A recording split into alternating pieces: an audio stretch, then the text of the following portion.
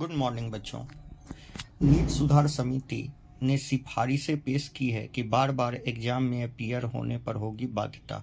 मतलब कहने का मतलब अब नीट यूजी में भी एआईपीएमटी के जैसा अटेम्प्ट लिमिट कर दिया जाएगा। 3 से 4 बार ही एग्जाम दे सकेंगे।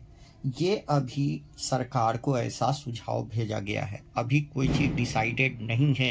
एक बात हम पहले बता दें, अभी कोई चीज़ डिसाइडेड नहीं है। अभी कोई चीज़ डिसाइड नहीं किया गया है कि क्या होने वाला है। हम पहले बता देते हैं।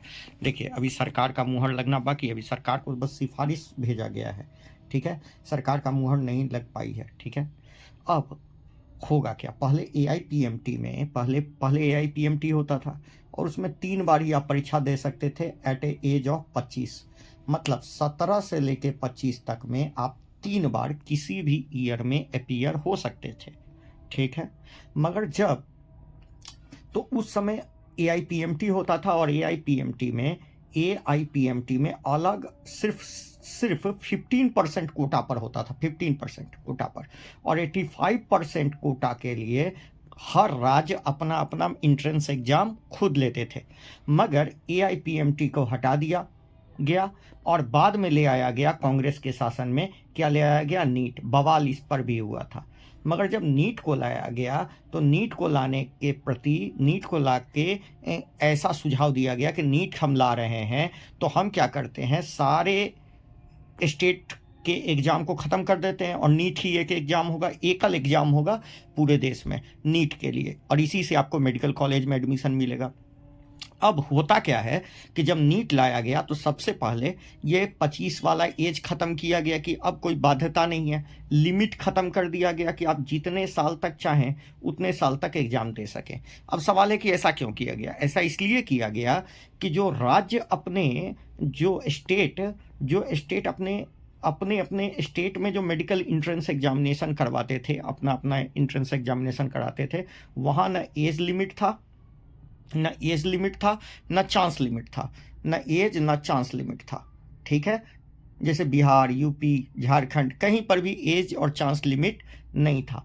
मगर जब नीट लाया गया तो नीट में यही शर्त रखा गया कि भैया कोई कोई एज और चांस लिमिट नहीं होगा। अब राज्यों का क्या कहना है इस पर, यह डिसाइडेड होगा, ठीक है, क्योंकि बिना राज्य के पूछे हुए तो ये कुछ कर नहीं सकते, ठीक है। और सरकार कैसी है अभी तो पता ही है, ठीक है, लंगड़ी सरकार, ठीक है। तो लंगड़ी सरकार में तो डिसीजन लेना बहुत मुश्किल है, ठीक है। तेलंगाना भी है एगो, बिहार भी है एगो। अब ऐसे बिहार वाला आदमी तो गजबे, तो वो तो मानिए जाएगा, उसमें कोई दिक्कत नहीं। बाकी जो राज्य हैं, ठीक है, वो मानते हैं कि नहीं, देखना पड़ेगा। बिहार वाला राज्य मान जाएगा, इसमें कोई अथी नहीं है। बिहार यूपी मान जाएगा खट देवट, ठीक है। पहले इसमें ऐसा होता था, अब देखिए। तो अब उसी तर्ज पर 3 से 4 अटेम्प्ट देने की बात की गई है। एज लिमिट कर देने की बात की गई है। मतलब एज आपको लिमिट कर दिया जाएगा, एज लिमिट कर देगा ये लोग। और क्या करेगा कि एग्ज़ाम हाइब्रिड मोड में लेगा। हाइब्रिड मोड समझ लीजिए, एक तो ये ऑनलाइन भी एग्ज़ाम कंडक्ट करा सकता है जहाँ हो सके, और जहाँ नहीं हो सके वहाँ हाइब्रिड। अरे भाई, जब आप ऑनलाइन करवाइए लिए तो हाइब्रिड करवाने का क्या जरूरत है? ओकरो पर तो कंप्यूटरे में ना बैठाइएगा। अरे यार है समझ में, उसमें भी कंप्यूटरे पर बैठाइएगा तो ऑनलाइन ही फिलिंग करवा लीजिए। मगर नया नौटंकी, ठीक है, हाइब्रिड मोड, ठीक है। मतलब पेपर आएगा कैसे? कंप्यूटर पर, ठीक है। पेपर आएगा कंप्यूटर, आपको एगो कंप्यूटर दिया जाएगा, कंप्यूटर बेस्ड एग्जामिनेशन होगा। कंप्यूटर पर क्वेश्चन आएंगे, आप अपने OMR सीट आपको फिजिकली दिया जाएगा, उसको आप बबल करेंगे और उसको दे देंगे। अरे भैया, जब ये करिए लिए तो उसी में ना टिक मरवा लीजिए, ऑनलाइन सबमिट भी करवा लीजिए, क्या दिक्कत है?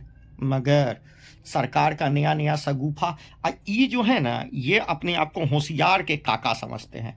ये जो समिति में जो बने होते हैं ना, ये होशियार के काका हैं। जैसे एम्स दिल्ली के पूर्व निदेशक रणदीप गुलेरिया, महा बोका इंसान, सुन लो मेरे से, ठीक है। हैदराबाद विश्वविद्यालय के कितना प्रोफेसर पढ़े होते हैं उनको खूब पता है। IIT दिल्ली के अमित मित्तल, ठीक है, बहुत अच्छा, ठीक है। इन लोगों ने ये सुझाव दिया है, सुझाव ही देते हैं, ठीक है।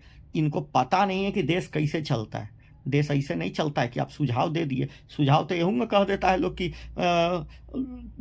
अथी से क्या बोलते हैं, गैस, नल्ला से गैस बन सकता है, बना दिए का? कोई कोई पीएम साहब को बताया होगा ना कि नल्ला से भी गैस बन सकता है, वो अपने मन से तो नहीं उब जाए होंगे। कोरोना में यही लोग, ऐसे ऐसे महानुभाव लोग कोरोना में पूरा देश बंद करवा दिए सूर्य। ठीक है, चलिए देखते हैं। मगर एक बात समझ लीजिए, जो भी हो, एक बात हम पहले बता दें बेटे, यदि ये लोग करता भी है, ठीक है, तो एज और अटेम्प्ट लिमिट कोई एक लेगा, या तो एज लिमिट लेगा नहीं तो अटेम्प्ट लिमिट लेगा। नहीं बेटा, दोनों लेगा, एज भी लेगा और अटेम्प्ट भी लेगा। याद रखिएगा, एज या अटेम्प्ट में कोई एक नहीं, हो सकता है दोनों ले या कोई एक ले। अभी तक कुछ डिसाइडेड नहीं है, यह बात सही है।